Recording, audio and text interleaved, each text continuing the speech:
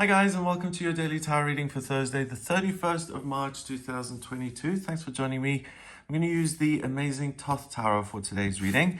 Let's see what the cards have to say about Thursday and what's coming up for you. So I'm just going to shuffle these and I'm going to choose 3 cards.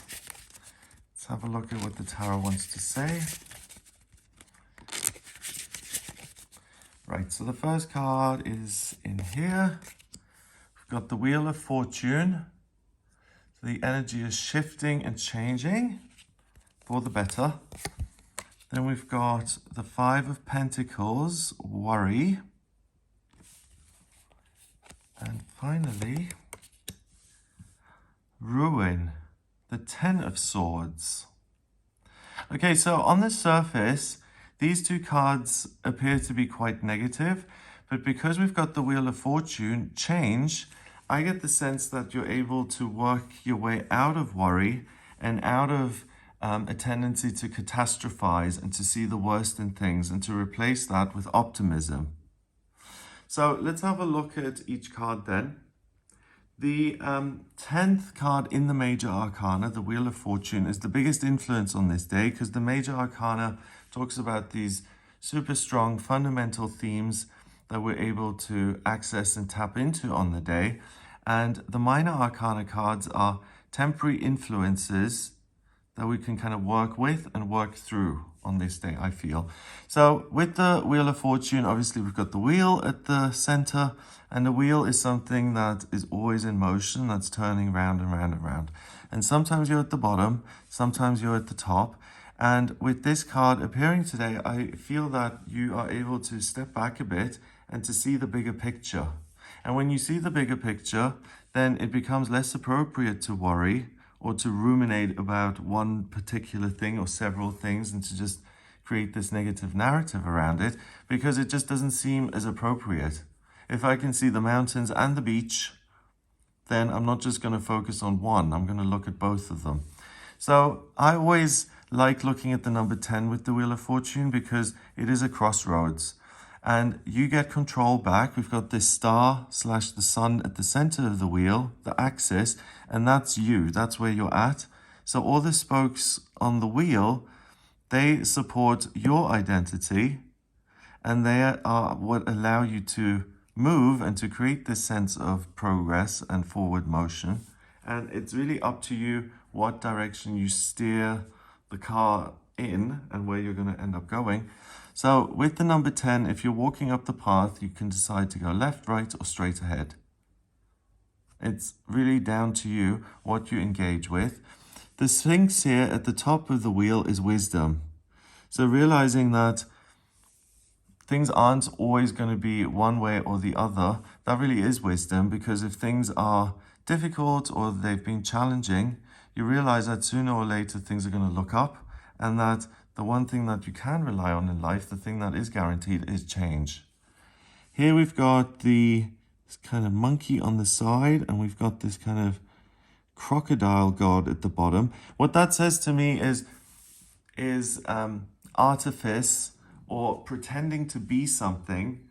That becomes very clear, and you're like, okay, the only way I can live a life that's consistent and sustainable is by being myself. If I put on a big show of strength or intelligence, or if I laugh when I'm really upset, so, if I react the opposite way, that isn't going to serve me. And it becomes very clear how trying to be someone else or pretending to be something in a situation that I'm not, you'll see the negative outcomes to that very clearly today. And we've got the snake at the bottom here, which is either part of this figure or it's something separate. And again, that's wisdom. So things that haven't made sense before suddenly do make sense. And here, this monkey on the side, he's kind of in between. And to me, that is playfulness. And that says not to overly focus on the dual nature of things, bad, good, up, down, left, right, by injecting a bit of humor and saying, I'm not just one thing, I'm several things. That can be joyous and freeing and in itself, and it can feel even kind of fun to see yourself differently. Or to look at particularly a story that you've told yourself about your life and your experience. Try and tell a different story about that.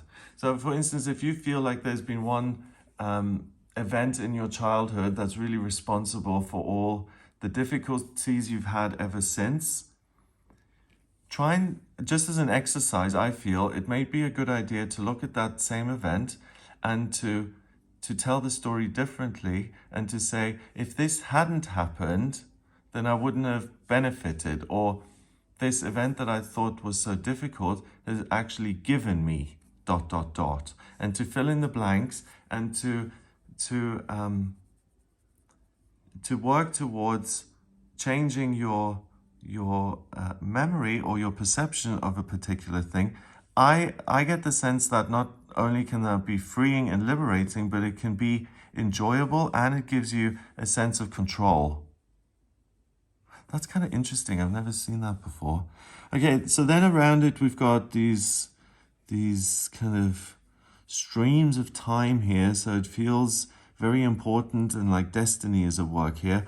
And then we've got these bolts of electricity. So it's this is going to feel very intense, and it feels like the work you do on yourself or the way you perceive your life is able to change your journey through your experience on this planet.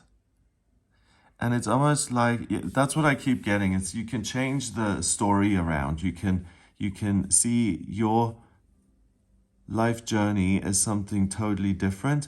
And just by trying out a new way of looking at things will show you that it's just as accurate and correct as the negative version that you've been telling yourself. Then we've got these stars here. So this whole process is liberating, and it allows you to shine your light and to recapture the things in you that are positive and that you value and see as special, and to let all the other stuff fall away. So next we've got the 5 of discs, the 5 of pentacles, and discs has to do with work and practical circumstances. And here we've got this pentagram, and it's got 2 points at the top and this 1 point at the bottom, so in reverse. So when the pentagram is this way around, it's spirit over matter. So it's me as a spiritual being trumps earth, air, fire, water. And that's the right way of looking at it, because that's giving you control. I am not defined by my circumstances. I am constant. And if I remember that, then the circumstances again fall away and I'm able to work with them. If I look at the card this way around and say, my job is who I am and it defines me, where I come from is my identity, etc., then it gives you very little room for movement and it can make you feel stuck. So we've got Taurus here, which is about, it's a fixed sign in astrology, so it does look at things in a certain way. But then we have Mercury here, the communication planet. So communication and perspective is key to turning this all around. So even if usually the 5 of Pentacles has to do with rejection and tough times. So if you look at a situation like that and say, okay, instead of just feeling rejected and like this door is closed on me, what does that offer me? And what has it shielded me from? And that's the way to win, I feel, on this day. And then finally, we've got the 10 of Swords. Swords is the element of air, and it has to do with narrative and perception and decisions and communication. And when you get to the 10 of Swords, all the negative stories are piling up to kind of hurt your heart, to make you feel oppressed. And it's like, I can't dig my way out of this. But again, we've got the Sun at the top and we've got the Libra scale here. So rather than just looking at things in a negative way, insert some balance deliberately, and that's what's going to get the wheel moving. And that's a skill that isn't just going to serve you on this day, it's going to serve you every day for the rest of your life. Because I always say this, but nothing is absolute on this planet. If I lose something, I'm going to gain something in the process. Or if I win something, that's going to add responsibility or burden. Nothing is just one way or the other. So there's a real gift, I feel, to look at things in the past, one, but also things in the present that may be causing you difficulty, and to say, hang on, is this actually all true and accurate, what I'm telling myself here? Or am I just piling on myself? And am I telling myself a really negative story? Is there another way of seeing this whole thing? And then, of course, the future too. If you're the author of your own book, if you write the story of your life, then you're going to have a very different experience to someone who is kind of victimized and has absolutely no say in the way the story is going to go. And it puts you in that creative role. I get to decide what this means, and I can decide how I talk about this. The example that's coming to mind is, like, I've always been very interested in comedy.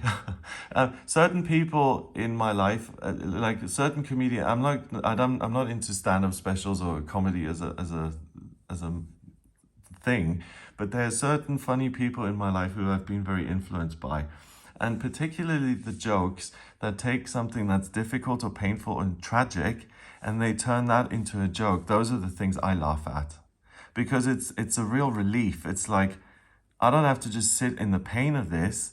I can actually make it funny for myself, and more importantly, I can make it funny for other people.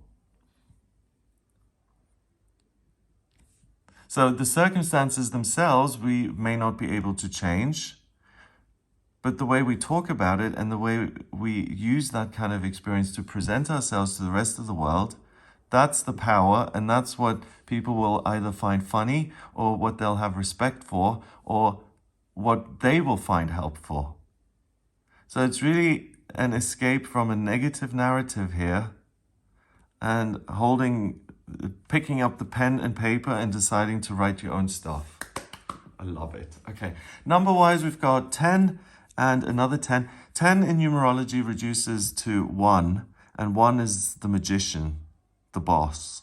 So, oh wow, so even if you are a writer or a creative person and you've hit a wall recently, you're not feeling particularly creative, you're able to get some really new material by looking at stuff that you usually wouldn't look at. So if you only write about positive, fairy stories, for instance, then and you've kind of got stuck with that, then you could look at some of the negative things as an example that you've experienced in your life, and you can put a different spin on that and see what you come up with. And that might be very magical and enchanting.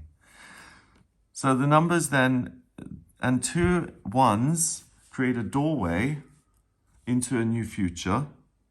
But 10 and 10 is 20, and 5 is 25. 2 and 5 is 7, and 7 in numerology is the mind and creativity. So yes, get creative about your circumstances. You define them, not the other way around.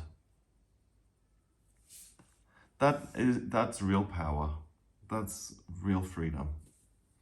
I hope you have an amazing day. If you'd like a personal reading with me, please get in touch via my website. It's gregoryscott.com. On the front page, click on Book Your Reading to order your reading with me.